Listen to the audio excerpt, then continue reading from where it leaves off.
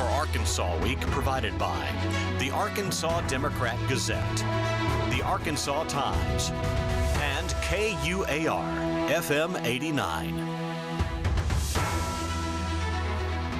Welcome to Arkansas Week. I'm Dawn Scott. Thanks for being here.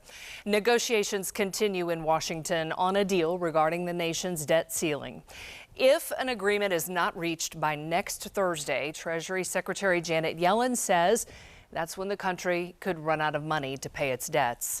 Officials say such an unprecedented federal default could be devastating for the U.S. and global economies, and we'll talk about that in just a moment. And then later in the program, remembering a longtime 1st District Congressman. And in our latest Good Roots segment, how native plants in Arkansas are helping the environment.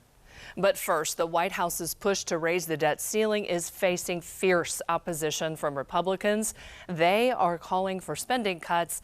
And we should note, as we record this program on Thursday, no compromise has been reached. Joining us to discuss this ongoing negotiation and the impact a default could have on Arkansas is U.S. Representative Bruce Westerman, a Republican from the state's 4th Congressional District. And Congressman, thanks so much for being with us today. Well, thank you, Don. Greetings from Washington, D.C., where there are a lot of negotiations going on. But we, like you said, this is Thursday. We just took our final vote, and the House is leaving D.C. The Senate hasn't been here this week, but, you know, we passed a bill to raise the debt limit. We sent it to the Senate, and so far the House is the only body in Washington, D.C. that's taken any action on the debt limit. You know, I understand that the districts for the Republican leadership has told members they can return to their districts for the Memorial Day weekend, but could be called back for a vote. So what's the status from what you're hearing? Could that happen? Oh, I expect it will happen. We have a new House rule with this new House majority that we don't just shove bills on the House floor without having a chance to read them and debate them. So we've got a 72-hour rule. That's why we were pushing this week to get a deal done so that we had time to pass the bill before we left out for the Memorial Day weekend. But we'll have at least 72 hours from the time a bill is filed until we will be voting on it. They told us that we will get like a 24-hour notice, hopefully ahead of the 72 hours required by our rules before we can take a bill up on the floor. But I fully expect we'll be back next week. That really depends on the Senate and depends on President Biden coming to an agreement on doing something to raise the debt limit. We're pretty solid in our stance that we're not going to pass or raise the debt limit without having some kind of spending reforms. To me, that's just crazy to run up this debt and just to raise the limit without addressing the problem of how you got so far in debt in the first place. And we're asking for reasonable reforms. The bill we passed out of the House was called the Limit, Save, Grow Act. That's exactly what it does. We want to go back to 2022 level spending, which was December of last year. In that bill, the Democrats who were in control put in a tremendous amount of increase for this fiscal year. All we're saying is go back to 2022 for the baseline and cap that spending at 1% per year. We're also saying to claw back billions of unspent COVID dollars. The pandemic's over. We shouldn't be leaving a lot of federal money out there in these state coffers. We should be bringing those back and putting them in the Treasury of the U.S. with the debt problems that we have. And we're also saying that we want to grow the economy. And part of that is from a bill that I worked a lot on, H.R. 1, the Lower Energy Cost Act, which we included in the debt limit. And this would allow us to release American energy production, both fossil fuels and green energy, as well as opening up mining in the U.S. There's a tremendous amount of demand for mining and for minerals and elements. We're blessed with those minerals and elements, but there's this not in my backyard mentality. And right now we're buying all these, the copper and the rare earth elements is coming out of China. So we're exporting our wealth when we could be producing that here at home. And if we were to produce more energy, more elements. It has a lot of positive benefits to our society and to our economy. You're talking about high-paying jobs, a lot more people working, tax revenues coming into the federal government, so you'd be attacking the deficit, both from cutting spending and increasing the amount of money coming into the federal government, which we're at record levels. The federal government's collected a record level of tax revenue. The problem is we have a spending problem. Well, where will these cuts affect Arkansans specifically? I think I heard a clip of President Biden saying something like they're asking me to approve all these wacko cuts requiring work requirements for some, people to get, government benefits. And what are some other items that would directly impact the people here in Arkansas? I think there's some confusion here about how it really would affect someone's day-to-day life. I don't think it would affect people hardly at all, because we're talking about going back to December of 2022. That's what we're asking.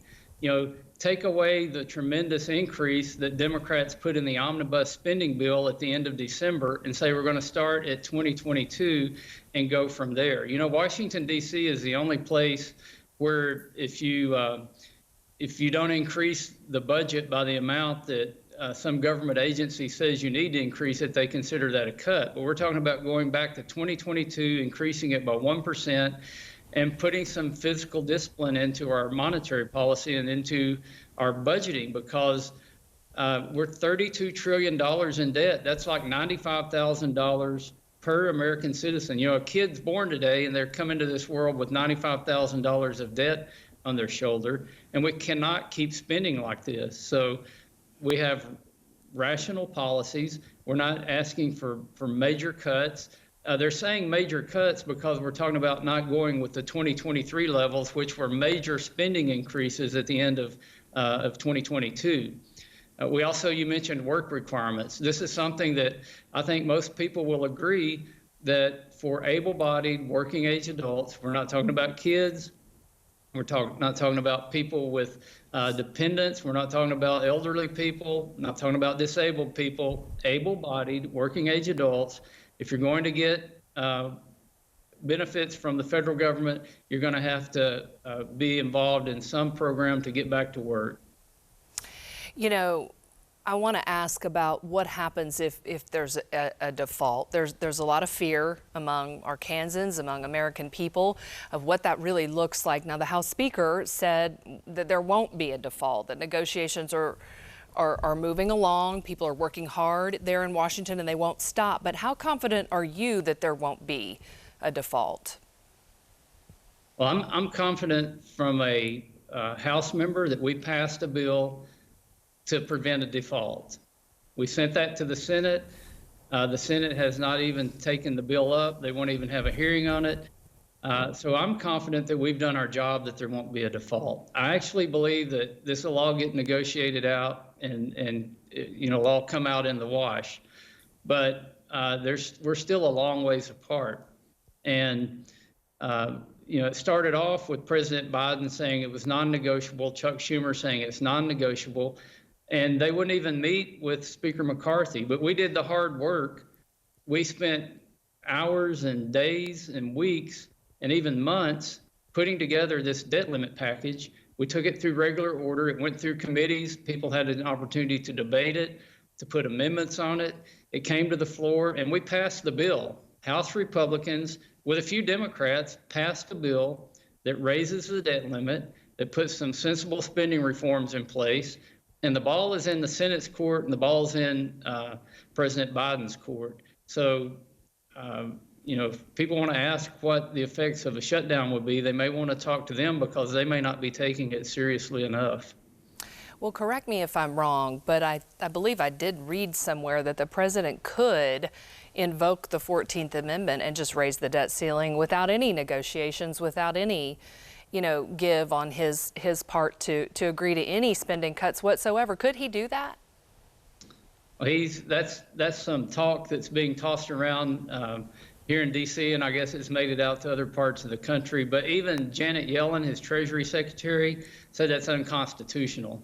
If he did do that, there would obviously be court challenges. And I'm not a lawyer, but a lot of smart lawyers that I've talked to said that he can't do that. The 14th Amendment doesn't give him the power to raise the debt limit. So now he may try it. I think a more realistic thing that could happen if the president can't come to his senses on raising the debt limit is that Janet Yellen's probably going to find some change in the couch cushions. There's projected to be a lot of income come in the middle of June.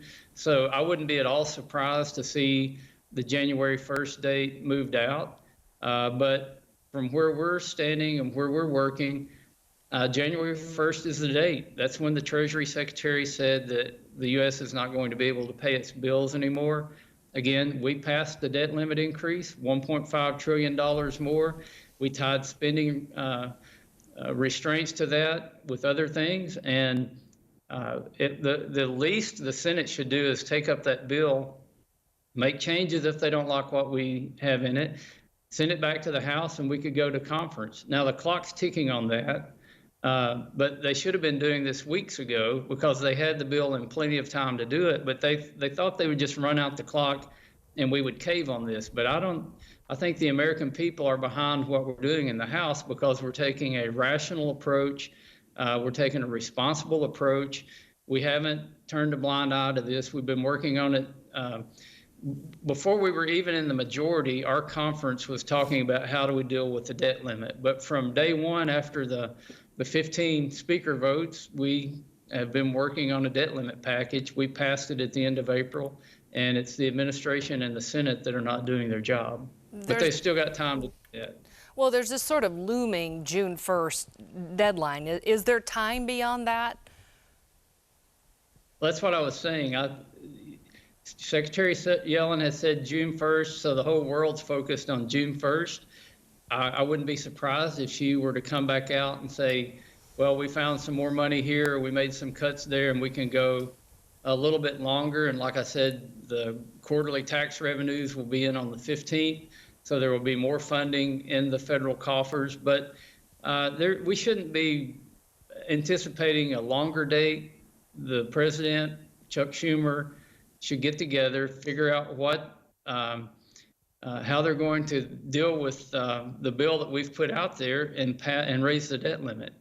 We've got a lot of other work to do. Once we raise the debt limit, we'll know how to write the appropriation bills for to fund the government for next year, and that's going to be a huge amount of work that we're already working on, but we don't know that top line number yet. You know, when you talk to just everyday Arkansans, they worry about things like buying a car or their credit card debt or maybe buying a house or potentially what happens with their money in a bank, what interest rates will do. And so there becomes this sort of real thread of fear through people. But then, really, if you study this and you look back over the course of history, here we were in 2011 as well. It just seems to be how Congress gets what it wants in terms of spending, and the president maintaining his, control over the debt ceiling. What are your thoughts on that? I mean, should people be nervous, or should they just see this as, part of negotiations and what goes on in Washington? Yeah. Well, you mentioned everyday families, and when families face a budget issue, they sit down and go through their income and their expenses, and they figure out how they can get the expenses in line with the income.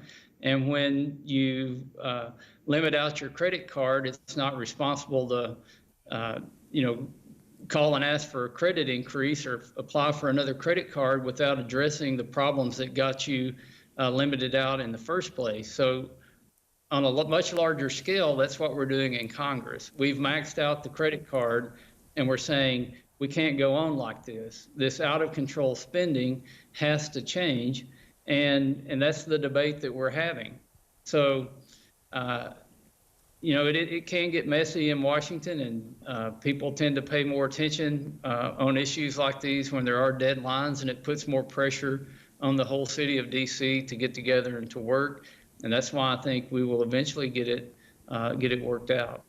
Well, you mentioned going back to the 2022 level spending and clawing back some of the COVID dollars, but there are other cuts in here. Can you share, what your intimate knowledge with us, if you will, on what is being cut besides that. There's nothing being cut in this debt limit package. We're saying the spending levels go back to 2022, and then we'll work on the budget for 2024. We're in the 2023 year budget cycle right now. The only thing this debt limit does in the negotiations is sets the total number. And we have to write appropriation bills and prioritize where the spending will be next year. And again, we're talking about what the spending was in December with 1% added to it. That's the full pool of money. And the Appropriations Committee goes in and writes 12 appropriation bills and distributes that money to all the federal agencies. So all of this about draconian cuts, nothing has been cut yet. All we're talking about is the top line number. And once we get that number, we can go in and prioritize where the spending will be. And again, I find it hard to classify a cut, something that taking away a top line number that's been in effect for 6 months roughly, and saying we're going to go with a lower number for next year when we build out the budget. Only in DC is that become a your hair's on fire emergency and a draconian cut and it's not rational at all to go down that train of thought. Well, I appreciate, all your information. Congressman, thank you so much. Don't go just yet, because on another topic earlier this week, you and other members of Arkansas's congressional delegation paid tribute on the House floor to former 1st District Representative Marion Berry. He died last Friday at the age of 80. He was a Democrat who was born in Stuttgart, and he served 7 terms in Congress from 1996 to 2010. And while Congressman Berry was a frequent guest on Arkansas PBS, here we have a look at his appearance during the debates in 2004. Stay with me, Congressman. I think that the United States of America is the greatest thing ever done by man with the divine inspiration of God Almighty. We just need to get back in this country to treating everyone fair, giving everyone an opportunity, not using public policy or the federal law to give one business an advantage over another that they can't achieve through good business practices. I am so thankful to have been allowed to serve in the time that I've been in the Congress, and I cannot begin to describe what an honor that I think it is to do this. Some say politics back then was a lot different than it is today, and while you didn't meet him until after he left office, what sticks out to you about him and his legacy? Well, once I met him in person, he was just a very warm individual, down to earth, all the things you've heard about him. That's what I found him to be in person. And, if you watch that video, he sounds more like a Republican than a modern day Democrat in what he was saying. I remember one of or some of the quotes I've been reading that he said we're using, I think, the American Express to pay off the Visa. So much more fiscally responsible back then. He very involved in the coon supper at Gillette, opening up his barn for the free coon supper. And he's going to be missed. And, even though he's been away from Congress for quite some time, the people who were here definitely remember him. They tell a lot of fond stories about when Representative Berry was representing the 1st District of Arkansas. All right, Congressman Bruce Westerman, thank you for all your great information and your thoughts today. We appreciate you. Thank you very much for being with us. Thank you, Don. Have a great day. You too. And finally, this month's Good Roots segment. It's about pollinator gardens and how native plants in Arkansas help the environment.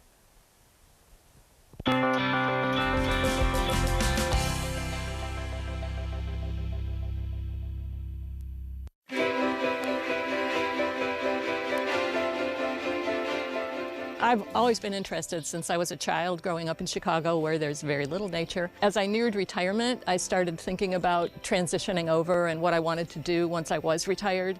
A neighbor of mine and also a fellow employee at the law school were very interested in becoming master naturalists, and so we joined the master naturalists together and we went through the training together, and it was wonderful. My name is Lynn Foster, and I'm very active in the Central Arkansas Master Naturalists. What got me interested in native plants was Doug Ptolemy and his work in this area. We like to think, some of us as human beings, that we're kind of separate from nature and we're not a part of it, but we are, and we're starting to see environmental disasters in some places. We're in the middle of what has been called the 6th great extinction, also known as the Anthropocene extinction, which means caused by people, because we are rapidly driving species to extinction, and most of that is because we are destroying their habitat. With native plants in our yards, we bring their habitat back and provide places for them to live once again.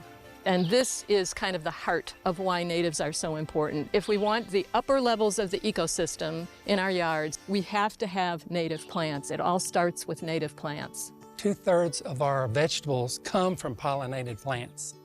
And so it's very important for the general public to produce food. And the only way to do that is for the bees and the other insects to pollinate all the flowers.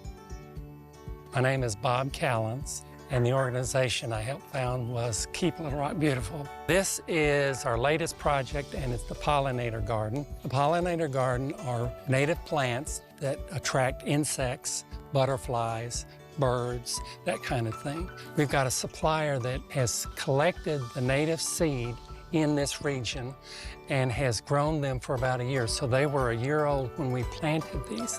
They all are interconnected with all the other trees and oaks, and the ecosystem that is in this park here, it's a more display type garden. I did the layout of this. I'm a retired landscape architect, and we broke it into quadrants, and each quadrant has the same layout in each section, so it'll be more showy when they all start blooming and everything. I've always been involved civically in Little Rock, and we've always been concerned about the beautification of Little Rock and its parks and that type of thing. The first step here was to eradicate the weeds that are in this site, and we had to follow the instructions of the city. The great thing about this particular park, because it is public, it's educating more people. We have so many people stop by and ask what's going on, and I point them to the QR code we have there, and we've gotten donations that way from it too. I think people could do any of these pollinator plants in their own yard. Well, my name is Janet Lanza, and I'm the coordinator of Arkansas Wild Spaces. I'm a retired ecology professor. Once I retired, Lynn Foster had this idea to have Arkansas Wild Spaces, and I joined her in the effort to develop the program. I tell people that I'm working as hard right now as when I was getting paid. But I feel like I'm doing hopefully anyway, doing a tremendous service for the central part of Arkansas. Basically what we do is try to persuade people that native plants are really important to put in our yards. If we want to preserve natural ecosystems, we have to find a way that their food is available. When we first go to a house, we explain to the homeowners, who we call land stewards, that we're not going to add more preserves. So we have an opportunity to make natural areas in our yards. What people need to do is remove invasive species and then add natives, reduce the lawn. Then we walk around and see what they already have. We identify invasives if they don't know what they are. We also ask them, what kind of a yard do they want? And that informs us about how they want to use the yard. Lynn and I developed a huge store of materials. We have spreadsheets. These spreadsheets help us figure out what would be good in a particular place. We can think of plants basically in 3 categories. First, there are native, and some of them, which we call keystones, are especially good because they provide the most benefit in terms of the life that can live off of them. And then we have non-native, non-invasive plants. Those don't do much in terms of supporting the ecosystem because they're not going to host insects. They may help pollinators though, and they won't take over your yard and force out native species. And then there are the problem plants, and those would be the non-native invasives. Those will not support the ecosystem, so insects can't live off them. And they also are very aggressive plants. They typically have very aggressive reproductive systems, and they will force out the native plants in your yard. This is an example of one of the millions of special relationships that we see within ecosystems. This is a pipevine swallowtail caterpillar, and if it's lucky, it will grow up to be a pipevine swallowtail butterfly. You don't have a viable ecosystem if you don't have caterpillars in it. Birds need an incredible amount of caterpillars to reproduce. This is one such caterpillar. There's a quote that says, "You only protect what you love." If kids are inside all the time, watching TV, playing video games, they're not going to be outside getting excited about seeing monarch butterflies that are traveling from northern US and Canada all the way down to Mexico to spend time over the winter. If they don't see that, they won't care about it. This is something very concrete that people can do on an individual basis, and if we get enough people together to do this sort of thing, I do think we can have an impact.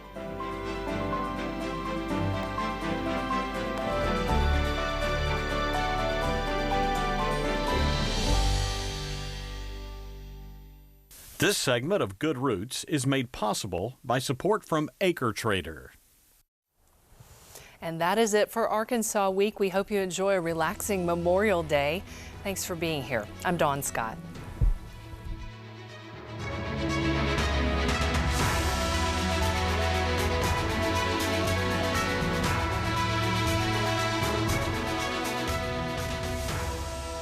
Support for Arkansas Week provided by the Arkansas Democrat Gazette, the Arkansas Times, and KUAR FM 89.